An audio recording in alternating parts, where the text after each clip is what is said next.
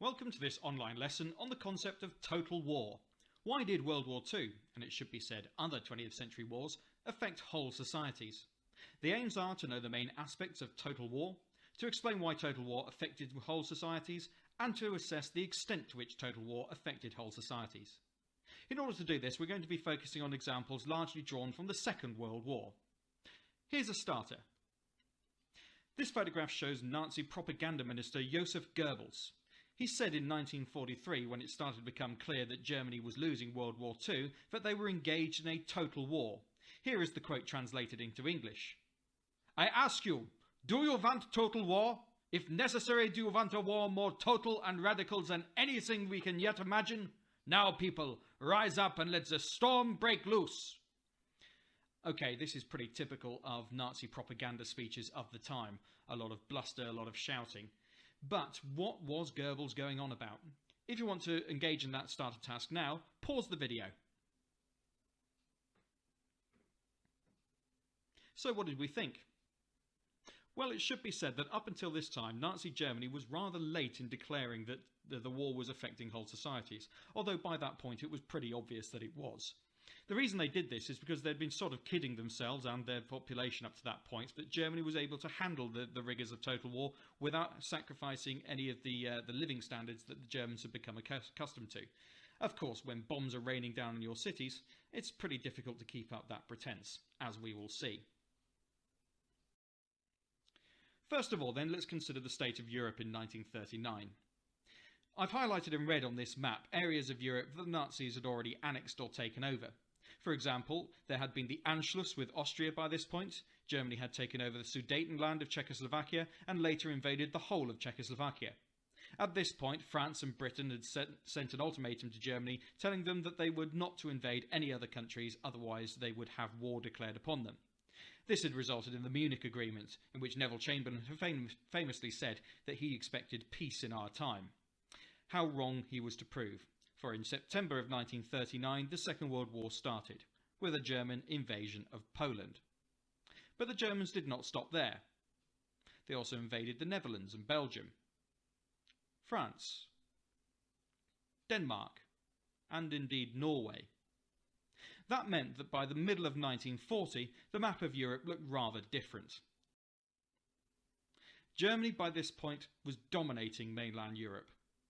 There is a bit of myth-making here about England standing alone, which is complete rubbish when you consider the contribution of occupied countries and the Empire, but nevertheless Germany was riding high in 1940 and they were expecting to win the war.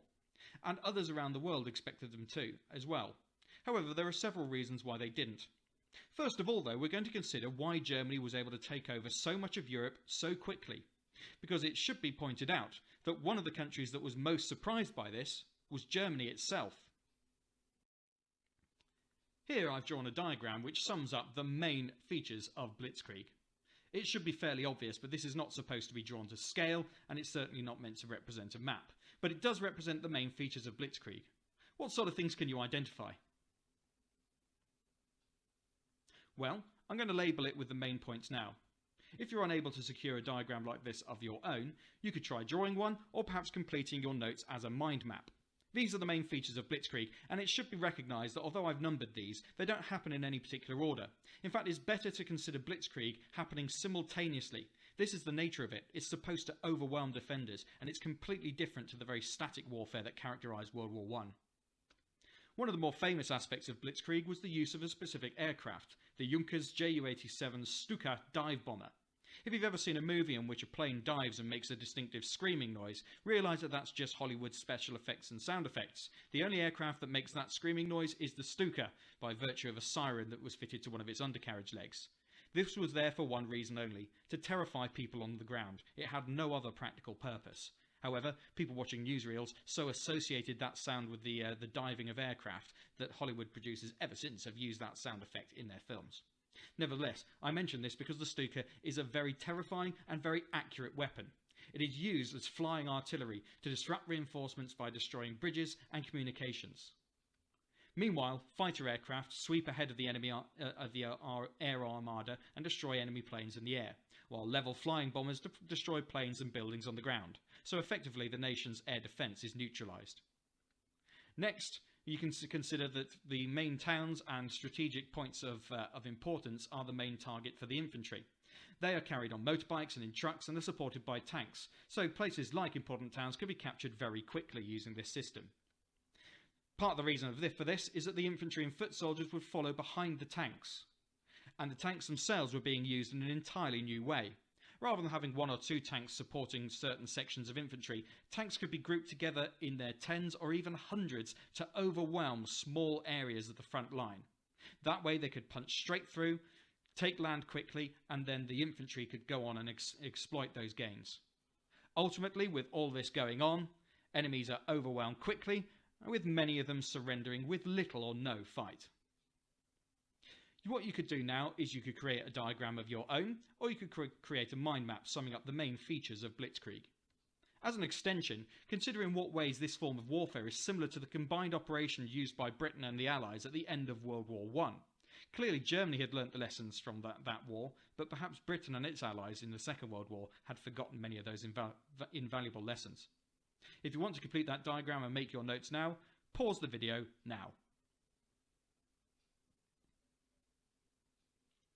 Alright, to move on, we're going to see a video that I put together some years ago. The first half of the video shows some important elements of Blitzkrieg and includes a lot of original footage, although if there's footage in colour, it's probably from a more modern film. I've also included some other aspects of World War II in there, as I originally made it as part of a lesson introducing the Second World War. So nevertheless, some bits of it will be directly relevant to what you've just looked at, but other bits not. I hope that you can forgive me on that one. After you've seen that particular part of the video, we'll be answering a question on why Blitzkrieg was so effective.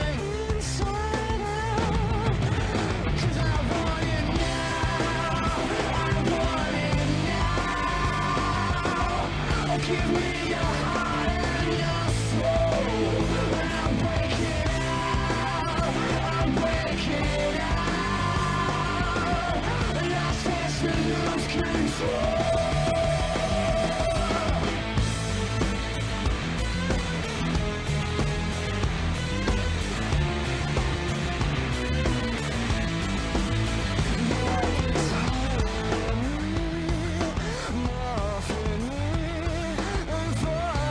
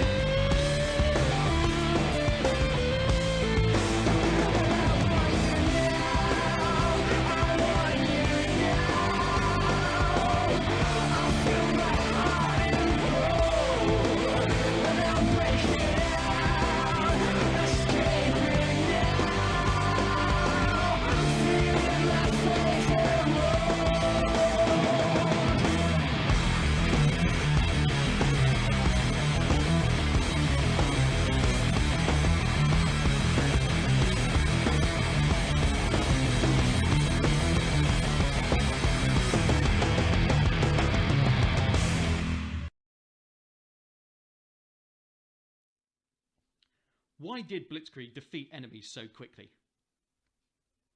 What you're going to do now is you're going to complete a point, example, explain and link paragraph to explain Blitzkrieg. This is a crucial skill in the 12 and 16 mark answers. Look back at your diagram or the notes that you took based upon it and consider what you saw in the video. Why do you think that Blitzkrieg was so effective? Make your point first of all. Identify reasons from the diagram why Blitzkrieg defeated countries. Then give an example. Give specific real detail and examples to back up your point. Then explain. Explain why this example made Blitzkrieg so effective. And lastly, link it back to the question. Why was this effectiveness a part of what defeated enemies so quickly? You should spend about 5 or 6 minutes completing that paragraph and longer if you need to. Pause the video now. Okay, hopefully we've got an idea of how Blitzkrieg worked. Next, we're going to look at an example of stalemate from the Second World War. This was evident from 1940 onwards. Air attack versus air defence. In the picture, we can see Royal Air Force Spitfire Mark 1s defeating Junkers 88 German bombers. This is an imagined scene from the period of the Second World War known as the Battle of Britain, which was an early setback for the Germans and their air force. Let's consider why a small force of fighters like the RAF were able to defeat a much larger air armada of German bombers and fighters. Here's how it worked. As in World War I, strong defence could stop a strong attack and produce a stalemate. This was the case in 1940 in the Battle of Britain. But rather than it being barbed wire and machine guns, there was a lot of high technology for the time involved behind this. On the next slide, we're going to have a look at a map that will show the main elements of how the British air defence worked. Here we can see the southeast coast of England, the Channel, and parts of northern France. First, you'll notice that I've divided up parts of southern England into different groups. These were the RAF groups that were part of the organisation of the Royal Air Force Fighter Command Defence. The most busy group of this was 11 Group, based upon the southeast and London. Being closest to the enemy, they were the ones who were going to bear the brunt of the air raids. 10 groups covered the southwest, and 12 Group covered the Midlands with its industrial bases. Also in the north, in Scotland, there was 13 Group, but I'm not going to picture them in this particular map. The first advantage that the British had was their radar network. This was called chain home and spread all around the coast. I've shown that these semicircles that are overlapping show the approximate range of chain home, although it would have been longer in some places and shorter in others, depending on how high up the radar stations were able to be kept. However, chain home was effective for detecting aircraft at reasonably long range, especially if they were flying above between 5,000 and 10,000 feet or higher than that. However, if German bombers came in low, chain home would only detect them quite late on. This was because of the curvature of the Earth. So instead, a system of low altitude chain home low radar was set up too. This was shorter range, but it could pick up German aircraft approaching below 5,000 feet. So, at this stage, chain home operators would be watching their cathode ray tube monitors to see the approach of German aircraft.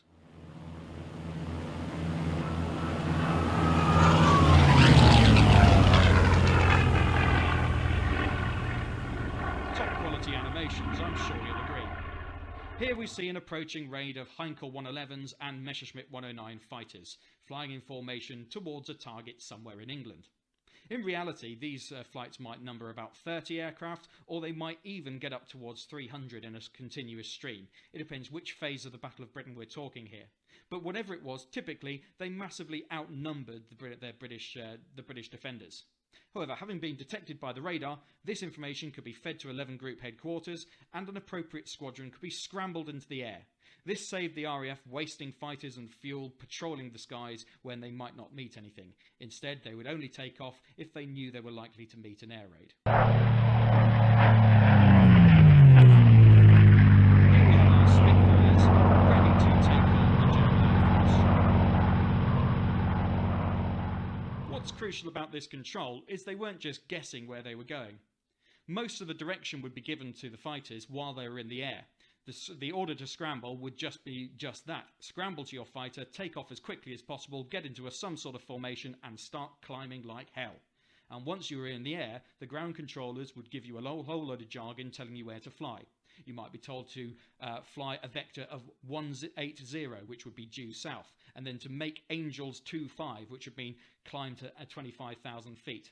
You'd be told that there were bandits roughly at your vector 090, which would be off your left. It was a complicated system that pilots really understood, though. But by following those instructions, eventually it was expected that they would be able to make visual contact with the enemy. As soon as they did that, it was down to the fighter pilots themselves to decide the best line of attack. When they were ready to hand away from the ground controllers, they would give the old hunting cry, "Tally-ho!" and then a vigorous but very fast-paced battle, usually only lasting a few minutes, would ensue.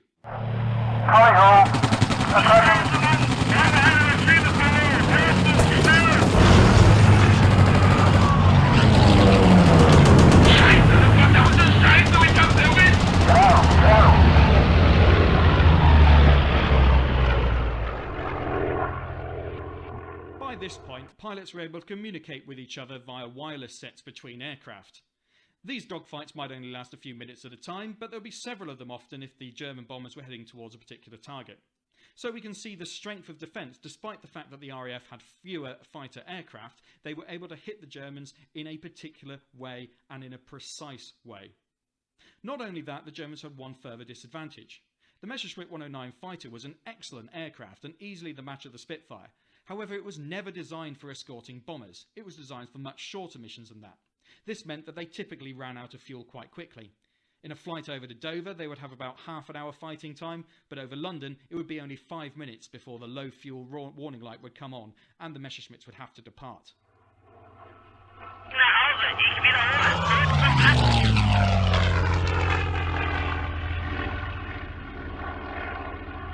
Having departed, the bombers would be left at the mercy of the anti-aircraft guns, and the fighters still ranged against them. Nevertheless,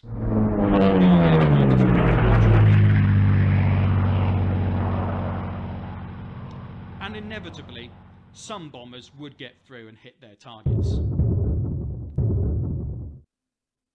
Before they had to go home too,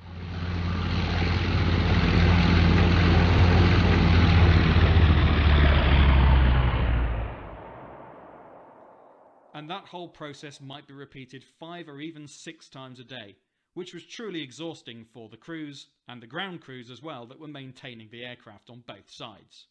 But as we can see, the advantages of radar, of radio communications and effective aircraft meant that a small number of RAF fighters was effectively able to hold a stalemate over a much apparently stronger German offensive effort. Let's put that information into a brief diagram. Explain why radar was so important to the British. Here's another one of my drawn diagrams. Again, this is not to scale whatsoever, but it helps explain exactly how the radar-based control system worked. The first part of this is that the Luftwaffe air raid was detected by radar. This information was then passed down a communications chain. These organisations could then instantly start to work together to piece together this information. Once the raid got too close to the coast, however, this information was fed on in real time by radar and the Observer Corps. The Observer Corps were civilian volunteers who would use binoculars and other instruments to accurately name the types of aircraft, estimate their numbers, their height, their heading, speed and so forth. This information could then be passed to anti-aircraft guns so that they were ready to fire as soon as they came into range. Fighter Command HQ would be filtering this information so that diversion raids could be identified and resources would not be sent towards them and potential targets could be notified. Ultimately though, as soon as a raid came within range, the airfields would be informed, which would allow them to scramble their Hurricanes and Spitfires into the air.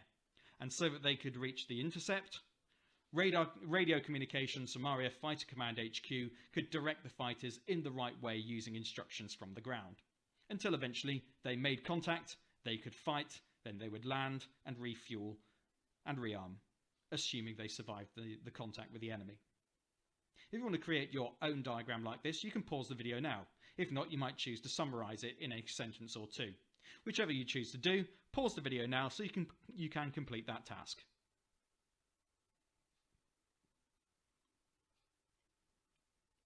So this is a robust system of defence.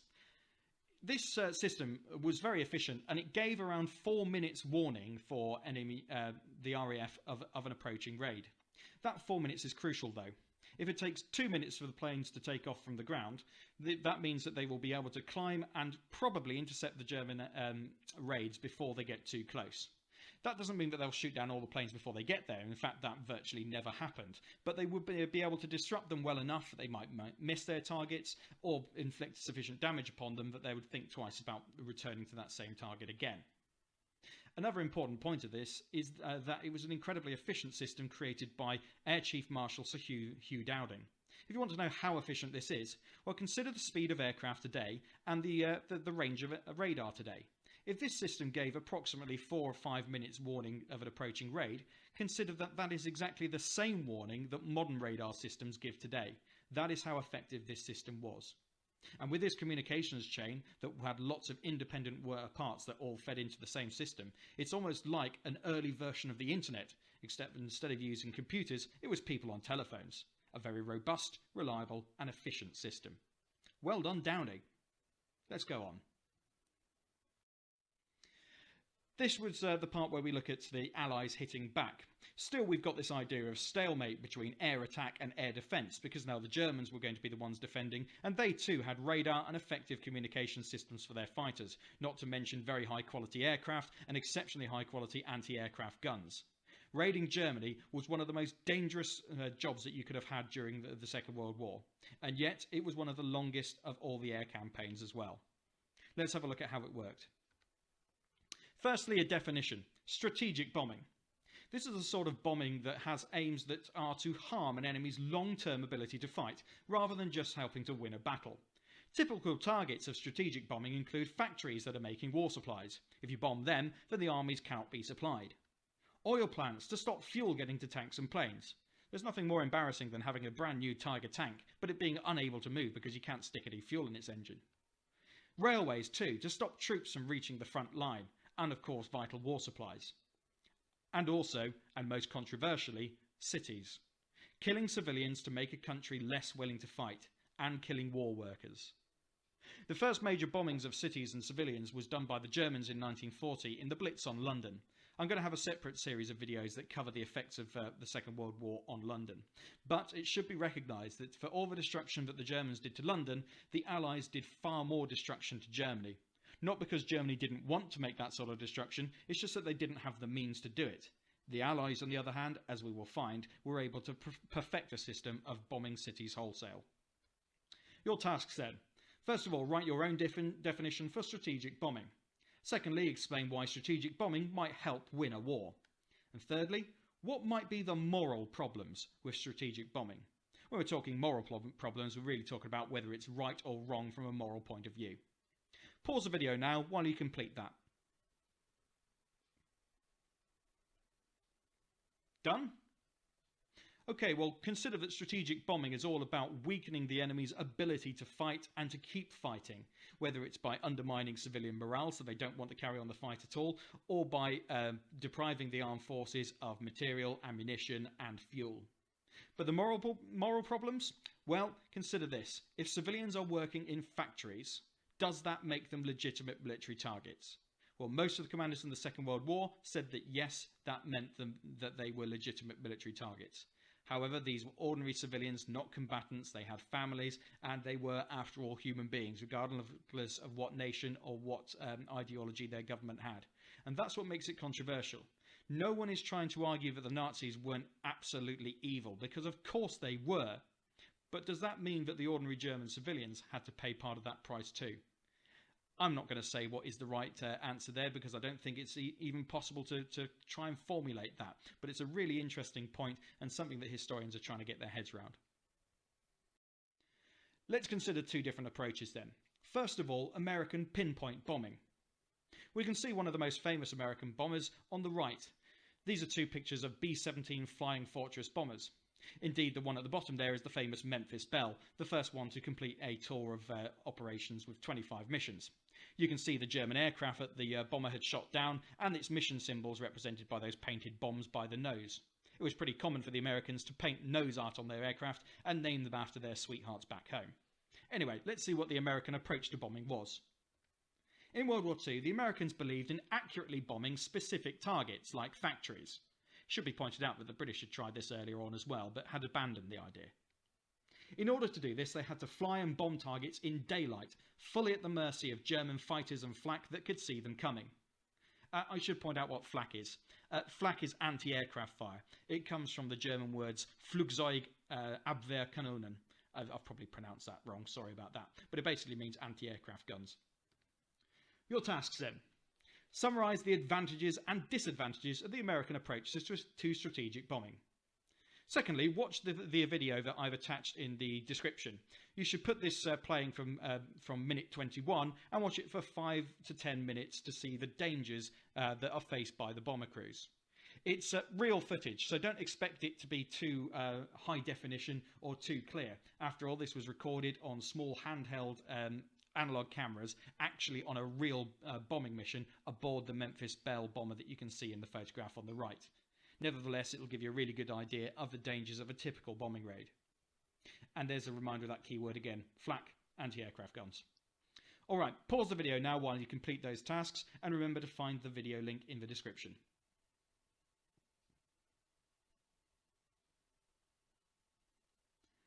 Right, hopefully you've identified some of the advantages and disadvantages. One of the advantages is that daylight bombing allowed much more accurate and pinpoint strategic bombing of military targets such as factories, roads, railways and so forth.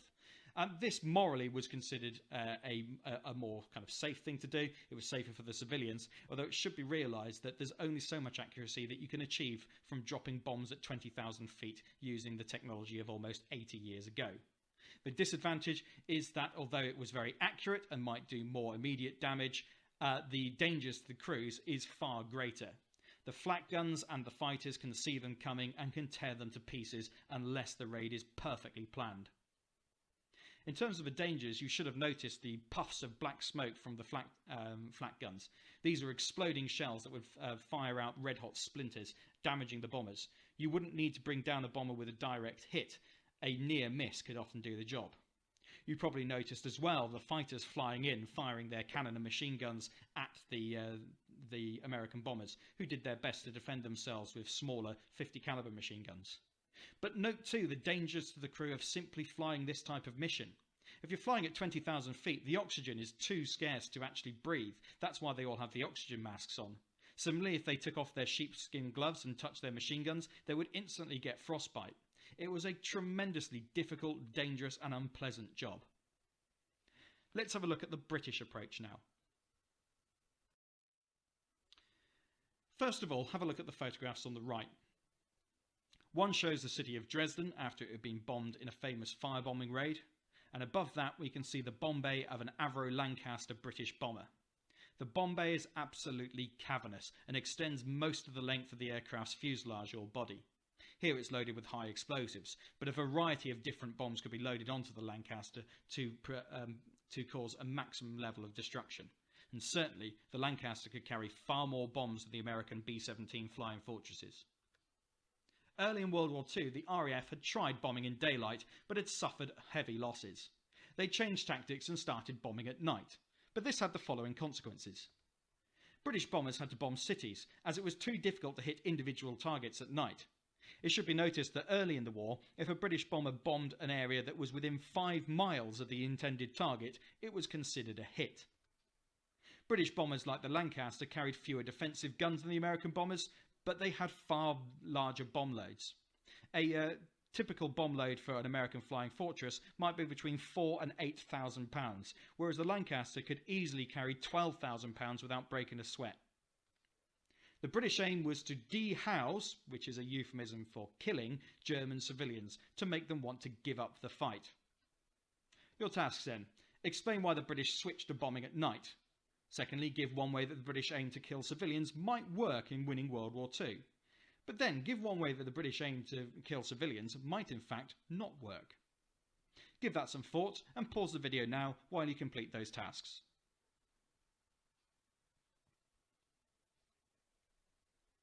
Well, remember that the British changed to switch to bombing at night because of the losses they were suffering in daylight bombing, something the Americans would have found out the hard way too, though they persevered with it. One way that the British aim to kill civilians might succeed in winning the war is it would lower war production, and so the German factories would not be able to produce the things that the German army would need to fight. Also, it is possible that civilian morale might crack. But we are looking at this with hindsight now, and we realise that actually German morale largely didn't crack under the weight of British bombing.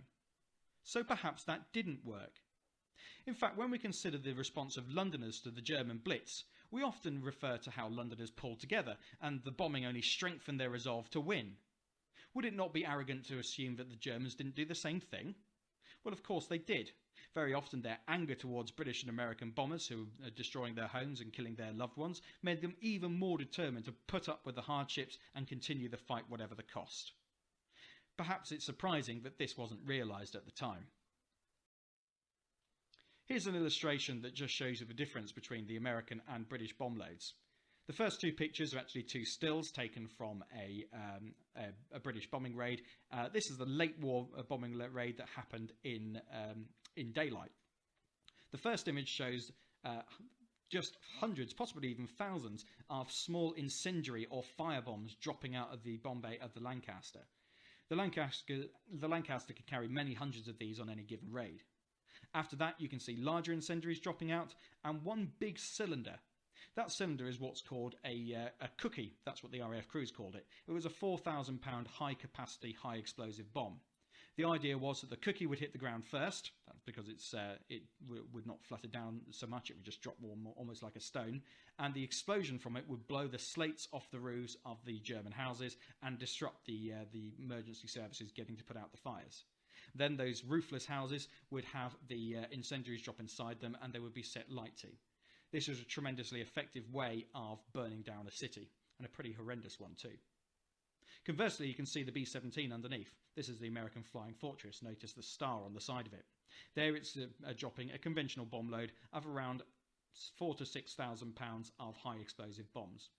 Not going to do the same amount of damage as the British bombs. Nevertheless, still pretty devastating. So here is how the Allies perfected the art, if you can call it that, of aerial bombardment, though it should be recognised that the effects of this remain controversial to this day. In February 1945, the war was almost over, but British and American air forces launched a huge raid on the German city of Dresden. The raid was extremely effective because of the following developments. American bomb sites have become very accurate, even from 25,000 feet in the air. I've included a picture of an American Norden bomb site on the right-hand side. This bomb site worked like an analog computer, automatically computing the speed, direction and wind conditions in order to drop the bombs automatically at precisely the right moment. The British also have developed the oboe system. This was a radio guidance device that helped the British bombers find their targets in the dark. They also had an onboard radar called H2S, which would transmit a very basic TV image of the ground, even when the ground was obscured by dark or by cloud. Very advanced for the time. Also, American daylight raids could now be protected by P-51 Mustang fighters, which carried enough fuel to fly as far as the bombers that they protected. German fighters were no match for the Mustang, and even if they were only evenly matched, which meant that a Mustang that could fly to Berlin to protect the bombers could tangle with the much shorter range German fighters as they got there. It should be said as well that the P-51 is a nice example of the combined Allied effort. This was a plane that was ordered by the British from the Americans. In the end, the Americans produced a very good aircraft with a very poor engine. The British fitted a Rolls-Royce Merlin engine to it, and a war-winning aircraft was produced. And they built thousands of them for the American and the British Air Forces. As a task then, use point example explain to explain how at least one of the above points, or possibly all of them if you're feeling brave, made bombing more effective. Although I do reiterate, the effects of the Dresden raid remain controversial 73 years later and even beyond. The point of the matter is that very many thousands of German civilians were killed by that raid. By some estimates, as many as 35,000 people were killed in 2 days of bombing.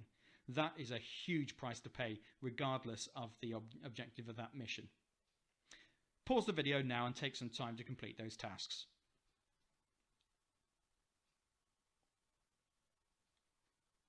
Done? All right. Just one final point about the effect of aerial bombing. For example, what happened over Dresden. This diagram shows the effects of aerial bombing when things came together. High explosives and firebombs could be dropped from 10,000 feet or even higher. That means that the city would catch fire, but that creates its own self-fueling weather system. Air above the city becomes extremely hot and rises rapidly. Heated air and flames are also drawn upwards, getting hotter and getting bigger. As you will probably be aware, one of the crucial things that a fire needs to burn is oxygen. To supply that fire, cold air rushes in at ground level from outside the fire area. This effectively creates hurricane-force winds. That means that the air temperature gets even higher, and it might reach 3,000 degrees Celsius. Buildings collapse in the heat, the flames travel at high speed down the streets, and people can even be sucked into the flames. There are even horrendous accounts of what the effects this had on the people. For example, rivers in German cities were seen to be boiling. Pavements could literally melt. And some German civilians who had taken shelter would be found otherwise unharmed in their shelters, but all the oxygen had been sucked out the room by the raging fires above, meaning that they had simply suffocated, or worse still, their basements had basically become ovens, and they were killed by the heat. Truly dreadful stuff. We should not forget the suffering and the awfulness that was caused by civilians of all nations by aerial bombing in the Second World War. So, bombs are dropped, the fire is created, and the fire sucks in more air at high speed. Summarise the effects of the firestorm, which is what this phenomenon is called, now.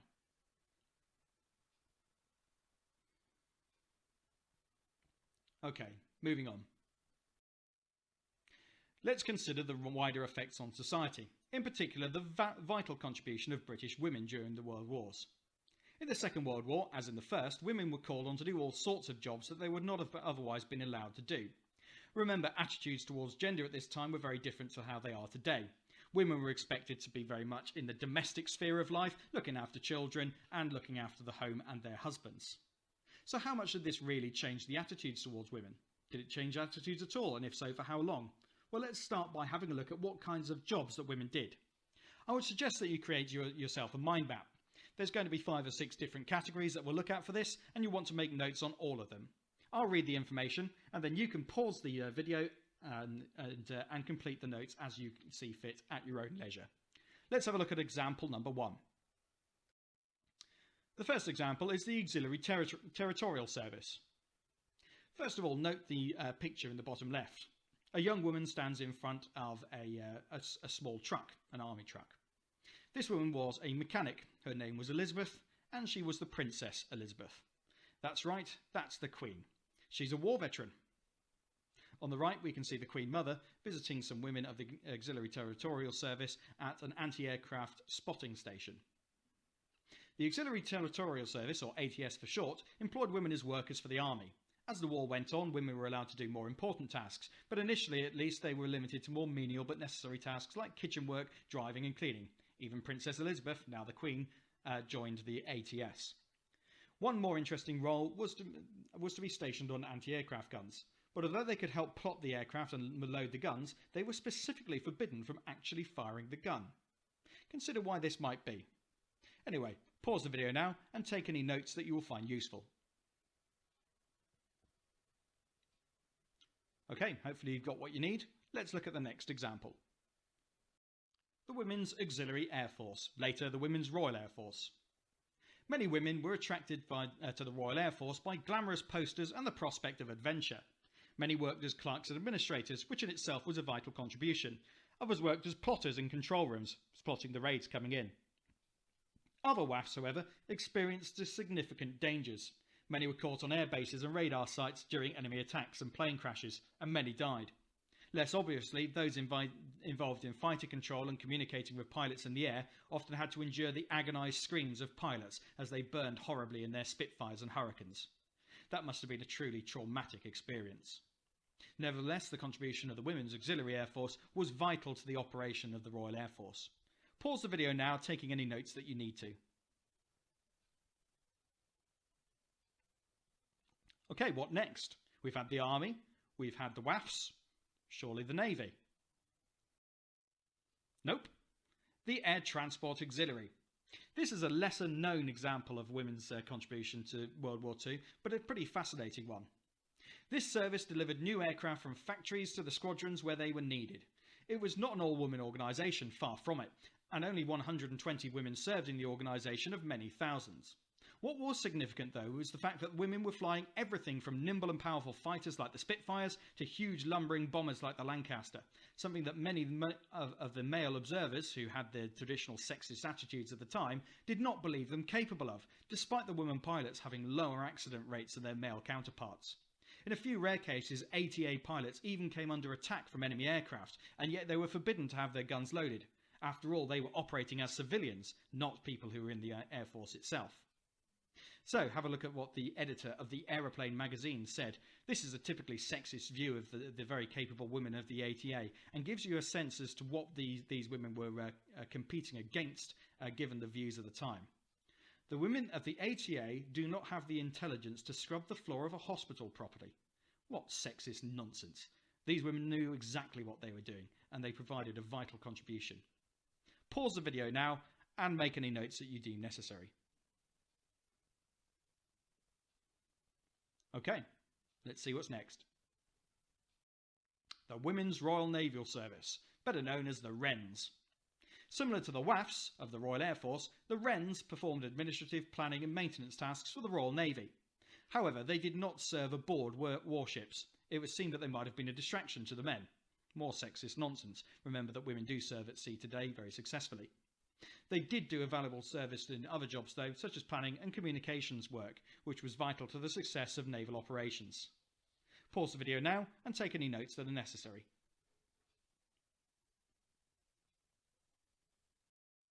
The Special Operations Executive. Now we're getting very specialist. Churchill intended that the SOE should set Europe alight with its network of spies and saboteurs. As spies, women acted behind enemy lines, performing daily acts of huge bravery. Women like Odette Churchill and Violette Szabo underwent torture when captured, and many died on active service. What the SOE agents were doing was helping to coordinate resistance efforts in occupied countries like France, which had been taken over by the Germans. Their work was some of the most secret and dangerous of the entire war, and even today, some of what they did is still shrouded in mystery. What we do know, though, is that many very brave women died on active service as part of the SOE, and the work that they did there was really useful in helping reconquer France and also win the war overall. Pause the video now and make any notes that you think are necessary. Oh, I should point out that the woman in the bottom right is Violette Szabo. Above her we can see a fictional woman called Charlotte Gray, who is based upon the experiences of women like Odette Churchill and Violette Szabo. So their story is not really forgotten.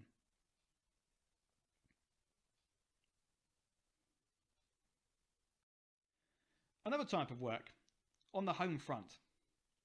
Many, perhaps the majority of women, stayed at home during the war doing vital work in looking after children in very difficult circumstances. Remember, this is something that still needed to be done.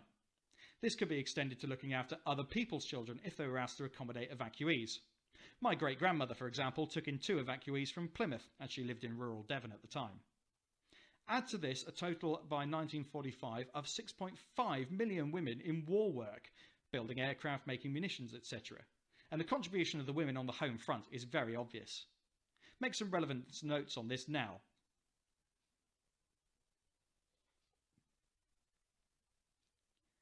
Okay, let's have a look at what else. Factory work.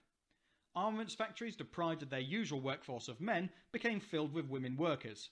So serious had the situation become that in 1943 the government stopped women joining the military instead of working in factories or on the land. Women were still paid much less than their male equivalents, and often less than unskilled male workers if they were doing skilled work. And again, this is symptomatic of the sexist society at the time. So unjust was the system that women workers in Glasgow actually went on strike over pay in a war. Tell you something else though, they won. They were supported in their strike and won, and they were given the pay increase that they had demanded. That's how vital their war work was and how desperate the situation had become. Well done to all those women who were working in the factories, I say. They deserved every penny they earned. Pause the video, and when you're ready to move on, we'll do so. Okay, let's have a look. The Women's Land Army. Originally formed during World War I, the Women's Land Army was reformed in 1939.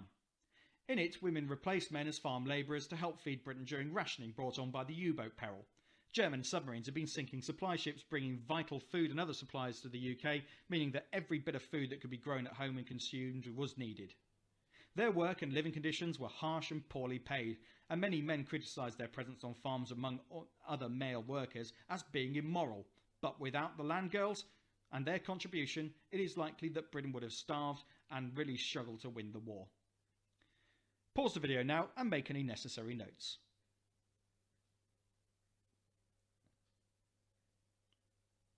Notice that there's a bit of a common theme going here. These are often jobs that were considered male-only jobs at the time. Clearly attitudes have changed to this, but it's important to recognise that these women were fighting against and going against expectations in society that were really heavily ingrained, not just amongst men, but also amongst many women too. Also, volunteering was a crucial service. Here we see a reenactor representing someone of the Women's Royal Voluntary Service. We can tell it's a reenactor because of the British Railways symbol in the background. British Railways, of course, not formed until 1948, which is a dead giveaway. The Women's Institute and WRVS, the Women's Royal Voluntary Service, provided relief and assistance throughout the war, especially to other civilians. These women helped care for their communities. Their duties could extend from helping dig out air raid survivors and casualties from their homes, or simply making endless cups of tea to help boost morale. Their voluntary duties were very extensive and really valued by their local communities. Pause the video now and make some relevant notes. Done? Alright, let's move on. Perhaps a less obvious war service, but still an important one, is the role of entertainers in keeping up people's happiness and morale. A very few, very famous women made a difference to the war effort by entertaining the troops and civilians alike. Their songs and acts in general were hugely popular and brought much needed morale relief. Sometimes the women would travel around bases and even near the battlefront whilst entertaining the troops. Here's two famous examples. Gracie Fields was a famous music hall musician whose songs were often very humorous and loved by men and women alike. And of course Dame Vera Lynn, whose famous anthems such as There'll Be Bluebirds Over the White Cliffs of Dover and We'll Meet Again remain really iconic of the Second World War era. Remarkably, as I'm recording this in 2020, Dame Vera Lynn is over 100 and she's still going strong and still releasing records here and there. Pause the video and make some notes now. Okay, let's move on. Finally, was World War II a total war? Well, we can see some men and women celebrating the end of the war in London there on VE Day, that stands for Victory in Europe Day, and there were similar celebrations after VJ Day, Victory over Japan. We focused more specifically on Europe in this presentation because the GCSE course requires us to consider warfare in British society, and the effect on British society is less obvious in the Pacific. Although I imagine my granddad, who served in Burma, would not be impressed to hear me say that. Sorry, granddad. Consider what we've covered so far. In what ways did World War II affect civilians? In what ways did civilians become the targets and victims of war? And also explain how this might be different from earlier periods of warfare. Lastly, summarise your opinion. Was World War II a total war? And try and give an idea as to the extent to which it was a total war. Did it affect everybody in society? How far? Well, make your mind up and write your answer now. Pause the video while you do so.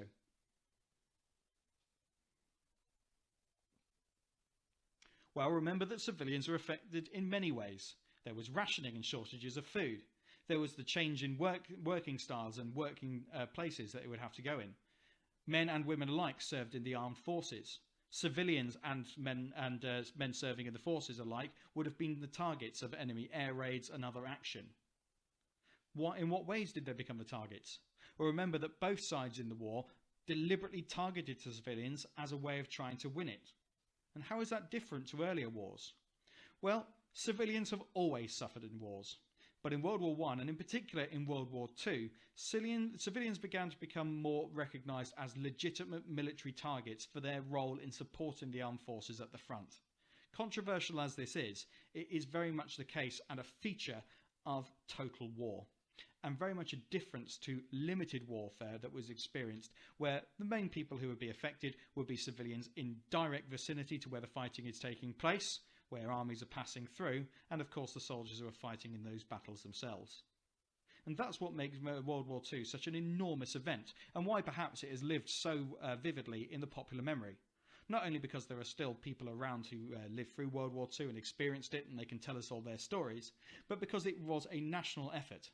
Perhaps this is why as well, when the country is facing certain challenges, as when I'm recording this, it is indeed facing challenges right now, we tend to hark back to the World War II generation for inspiration when we're trying to work out how we can pull together as a society and do better and get through things too. Perhaps there are some valuable lessons to be learned, although I have to say, personally, I wouldn't trade places with the people of the World War II generation. What they had to put up with was truly remarkable. And on that note, and that was only one of my little opinions there, I'll say thank you very much for watching. If this has been useful to you, please like the video, subscribe to the channel, and I'll see you soon for some more content. Goodbye.